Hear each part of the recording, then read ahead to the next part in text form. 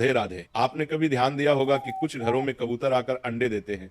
वो चुपचाप एक कोना ढूंढते हैं, वहां घोंसला बनाते हैं और फिर दो छोटे छोटे अंडे उसमें रख देते हैं। कई लोग इसे एक सामान्य बात मानते हैं, लेकिन क्या आपने कभी सोचा है कि इसका असर उस घर पर क्या होता है? क्या ये अच्छा संकेत है या बुरा? क्या इससे घर में बरकत आती है या गरीबी का असर पड़ता है? क्या कबूतर का अंडा देना सिर्फ एक पक्षी की प्रक्रिया है या इसके पीछे कोई गहरा रहस्य छुपा हुआ है? आज की इस प्रवचन में हम आपको बताएंगे कि जी घर में कबूतर अंडे देते हैं, उस घर के जीवन में क्या बदलाव आते हैं। लेकिन ये जवाब मैं आपको सीधे नहीं दूंगा, क्योंकि हर उत्तर की गहराई होती है और वह गहराई तभी समझ में आती है जब हम उसे किसी अनुभव, किसी कथा या किसी उदाहरण के माध्यम से जाने। कई लोग कहते हैं कि कबूतर का अंडा देना शुभ होता है, तो कुछ लोग कहते हैं कि यह अशुभ है। कुछ लोग मानते हैं कि कबूतर शांति का प्रतीक होता है और अगर वो आपके घर में अंडे देता है तो शांति आती है। तो वहीं कुछ लोग डर जाते हैं और सोचते हैं कि कहीं ये किसी समस्या या संकट का संकेत तो नहीं। आप सभी ने देखा होगा कि जहां कबूतर अंडे देते हैं वहां कुछ दिनों तक वे रोज जाते हैं, अपने अंडों की देखभाल करते हैं और फिर एक दिन अंडे से बच्चे निकल आते हैं। ये बच्चे कुछ समय बाद उड़ जाते हैं। लेकिन क्या आपने कभी ये सोचा है कि इस बीच घर के लोगों के जीवन में क्या घट रहा होता है? क्या कोई बदलाव होता है? क्या उस समय घर में खुशहाली आती है या परेशानी बढ़ती है? कुछ बुजुर्ग लोग कहते हैं कि अगर कबूतर ने आपके घर में अंडे दिए हैं, तो वो घर शांत और स्थिर हो गया है। कुछ कहते हैं कि इसका मतलब है कि आपके घर में ऊर्जा का संतुलन बिगड़ गया है, लेकिन सच क्या है, ये जानना जरूरी है। कई बार ऐसा भी देखा गया है कि जिस घर में कबूतर घोंसला बनाते हैं और अंडे देते हैं, वहां धीरे धीरे गंदगी फैलने लगती है, घर के कोनों में बदबू आने लगती है और वातावरण भारी हो जाता है। लेकिन वहीं दूसरी ओर कुछ घर ऐसे भी होते हैं जहां कबूतर अंडे देने के बाद से घर में बरकत आनी शुरू हो जाती है, धन संपत्ति बढ़ती है और पारिवारिक संबंधों में मिठास आती है। तो अब सवाल ये उठता है कि दोनों बातों में से कौन सी सच्ची है? क्या यह सब मन का वहम है या वास्तु और ज्योतिष से जुड़ा कोई गहरा रहस्य? आपने कभी सोचा है कि कबूतर को ही ऐसा पक्षी क्यों माना गया जो घर में आकर अंडे देता है? आखिर वह जंगल में भी तो रह सकता है, पेड़ों पर भी घोंसला बना सकता है, फिर वह इंसानों के घरों को क्यों चुनता है? क्या यह सिर्फ संयोग है या इसके पीछे कोई अदृश्य संकेत छुपा हुआ है? कुछ लोग ये भी कहते हैं कि अगर कबूतर बार बार आपके घर आ रहा है, तो ये आपके घर की हवा और वातावरण को पसंद कर रहा है।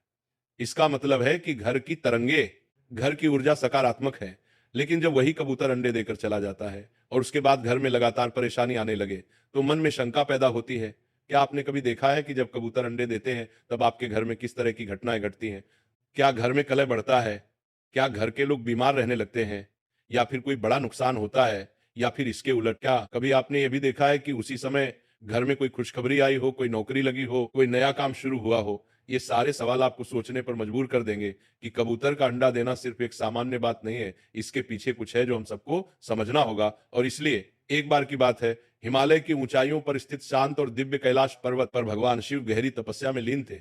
चारों ओर शांति थी, वातावरण पूरी तरह पवित्र और सौम्य था, कोई आवाज नहीं थी, सिर्फ पवन की मंद गति और ध्यान की ऊर्जा का स्पंदन वहां महसूस हो रहा था। उसी समय आकाश मार्ग से देवताओं के प्रिय, चिर परिचित और उत्सुकता से भरे देवर्षि नारद मुनि अपने वीणा के साथ वहां प्रकट हुए।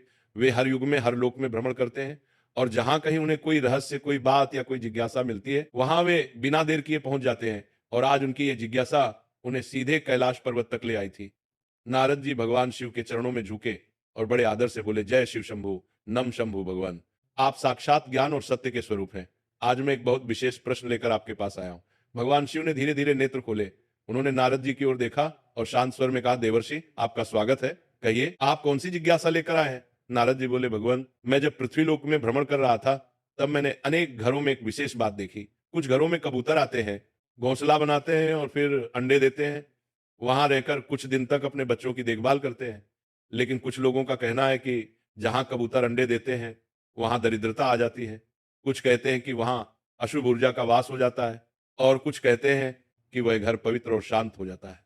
तो हे भोलेनाथ, मेरी जिज्ञासा यही है कि जिस घर में कबूतर आते हैं और अंडे देते हैं, उस घर में वास्तव में क्या होता है? क्या यह शुभ है या अशुभ? इसका वास्तु और ज्योतिष से क्या संबंध है? भगवान शिव मुस्कुराए और बोले, नारद आपने आज संपूर्ण मानव जाति के लिए एक अत्यंत महत्वपूर्ण प्रश्न किया है। यह प्रश्न केवल पक्षियों से जुड़ा नहीं है, बल्कि यह उस घर की ऊर्जा, उसकी गति और उसमें रहने वाले लोगों के जीवन पर गहरा असर डालता है।